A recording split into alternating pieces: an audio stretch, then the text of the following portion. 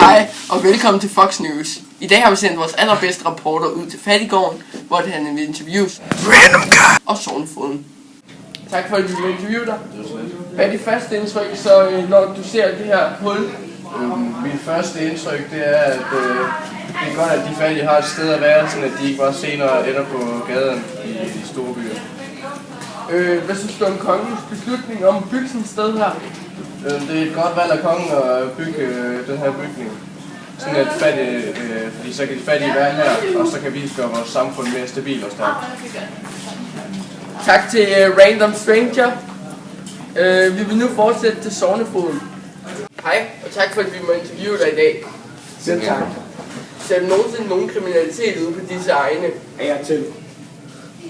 Hvilken form for kriminalitet? Ja, det er for det meste madtyveri. Hvad synes du om kongens beslutning om at sende de fattige ud på sådan en fattiggård? Jeg synes, det er meget godt, så har jeg et sted at bo, og så kan jeg tjene nogle skillinger.